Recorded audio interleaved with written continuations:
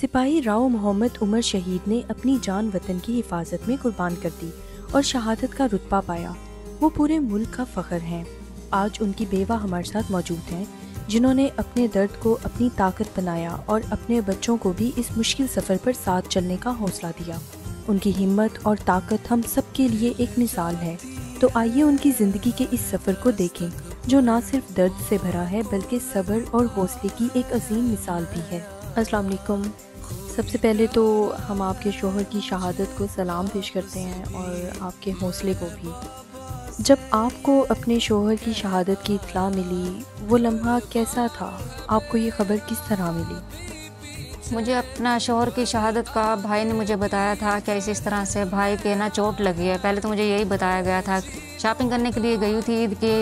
मैंने कहा चलो उनके कपड़े लेके सिलाई वगैरह करवा के रख देती हूँ। तो भाई ने मुझे जब बताया कि भाई उमर के ना चोट लग गई है, वैसे जो कि शहीद हो गए थे, भाई ने मुझे बता के रखा कि नहीं जैसे भाई के ना चोट लगी है और उसे लेके आ रहे हैं। बस मैंने कहा अच्छा चलो ठीक हो गया। मैंने कहा अभी किस तरह, मैं तो बहुत परेशान हो गई थी सुन के भी। मैंने कहा चलो चोट लग गया। आहिस्ते आहिस्ते फिर पता चलता रहा, औरतें आती जाती रही, बाहर पता चल रहा है कोई कह रहा है शहीद हो गया, कोई कहता है कि नहीं चोट लगी है। इसी तरह मुझे यानी कि मैं कंफ्यूज थी, मुझे नहीं पता चला कि किस तरह क्या हुआ क्या नहीं हुआ। उसके बाद फिर मुझे आहिस्ता आहिस्ता भाई ने, मैंने कॉल की है इसके पास, दोबारा फिर कॉल किया है, भाई मुझे बता दें क्या हुआ है। वो नहीं चोट लगी है, ये मुझे यही हौसला यही देता रहा। इसने मुझे बार बार यही कॉल पे कहते रहे। मैंने कहा अच्छा चलो ठीक है। फिर मैंने चाचू के पास भी कॉल की, चाचू से भी ये पूछा, चाचू ने भी कहा अच्छा नहीं चोट लगी है। तो भाई ने मुझे बताया कि कहता है कि नहीं, मैंने इसे हकीकत पूछी है, फिर इसने मुझे बताया कि नहीं उमर भाई शहीद हो गया है। फिर जो मेरी हालत हुई मुझे नहीं पता उसके बाद फिर मेरे साथ क्या हुआ है क्या नहीं हुआ। बच्चों को आपने ये बात कैसे बताई? उनका क्या रद्द-ए-अमल था? माँ होने के नाते आपने इन्हें किस तरह हौसला दिया? बच्चों से फिर मैंने यही बताया। नहीं, बच्चे मुझसे पूछ रहे थे कि मम्मा क्या हुआ, मम्मा आप क्यों रो रही हैं? मैंने कहा नहीं बच्चे बाबा के ना चोट लगी, बाबा आ रहे हैं।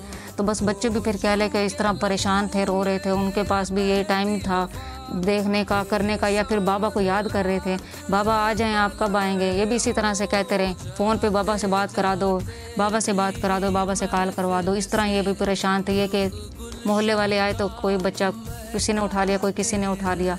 इस वजह से मुझे फिर बच्चों का भी नहीं पता था बच्चे कहाँ पे चले गए। अब ज़िंदगी कैसी है? रोज़मर्रा के मामूलात कैसे बदल गए हैं? बच्चों के साथ ये सफ़र कैसा गुजर रहा है? उम्र के बगैर तो मेरी ज़िंदगी अधूरी है और बच्चों के साथ मैंने अपना टाइम गुजारना है। बस बच्चों की तरफ से देखना है, मैंने अपने बच्चों के साथ। ईद आने वाली है, ये मौका फैमिली के साथ होने से जुड़ा है। कई ईदें आपने अकेले भी गुजारी होंगी, लेकिन ये ख्याल तो आता होगा कि वो आ जाएंगे। अब इस तसल्ली के बग़ैर ज़िंदगी कैसी है? अपने बाबा का इंतज़ार अभी करते हैं, हर ईद पे करते हैं, हर टाइम करते हैं, हर यानी कि लम्हा करते हैं, इंतज़ार करते हैं बाबा की। तो लेकिन इनको ये नहीं पता अभी तक हमारा बाबा शहीद हो गया है। इनको यही पता कि बाबा ड्यूटी पे ही है। मैं इनको यही कह के रखती हूँ बाबा ड्यूटी पे ही हैं। इनको अभी तक मैंने शहीद का नहीं बताया, क्योंकि ये छोटे हैं ना, अभी इनको नहीं पता जिस तरह के बाबा इनके शहीद हो गए हैं। पर टेंशन लेते हैं, परेशानी लेते हैं ये। फिर जिनके भी बाबा देखते हैं ना, उन्हीं के फिर ये पीछे पड़ जाते हैं कि नहीं हमारा भाई बाबा होना चाहिए, बाबा को बुला लें, छुट्टी बुला लें। कहा जाता है कि शहीद सिर्फ़ एक ख़ानदान का नहीं बल्कि पूरे वतन का फ़ख्र होता है।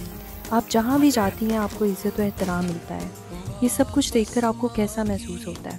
तो मुझे शहीद की बेवा होने पे फ़ख्र है। फिर मैं जहाँ पे भी जाती मेरी इज़्ज़त करते हैं लोग। मुझे फ़ख्र होता है कि मेरा शोहर शहीद है। और वैसे जो भी मुझसे मिलता है खुशी से मिलता है, इज़्ज़त से मिलता है, इज़्ज़त भी करते हैं। क्या आपके बच्चों में भी वही जज़्बा है जो आपके शोहर में शामिल होने की ख्वाहिश रखते हैं? मेरे बच्चे भी पाक फ़ौज में इसी तरह जाना चाहते हैं कि जिस तरह इनके बाबा पाक फ़ौज में थे, ये भी पाक फ़ौज में जाना चाहते हैं। मेरी भी यही दिल की ख्वाहिश है कि मेरे बच्चे भी पाक फ़ौज में जाएं। अल्लाह ताला ने उस हौसला अफजाई दी है। मैं चाहती हूँ कि मेरे बच्चे भी ये यूनिफॉर्म पहने। इतनी हिम्मत, इतनी ताकत कहाँ से आती है? दिल टूटने के बावजूद आपने खुद को संभाला। ये हौसला और सब्र आपको कहाँ से मिला?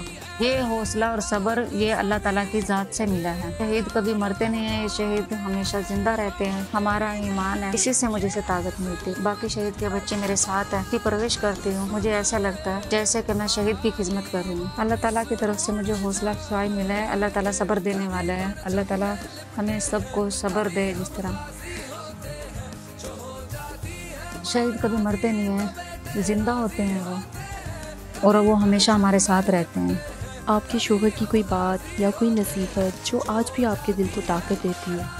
वो ये कहते थे मेरे बच्चों को अच्छी तरबियत देना, इनको जिस तरह पढ़ाना लिखाना, अच्छी तरबियत देना, जिस तरह कोई फ़ौज में जो होना जाना चाहता तो फ़ौज में चला जाए, जो एक को हाफ़िज़ बनाऊँगा मैं।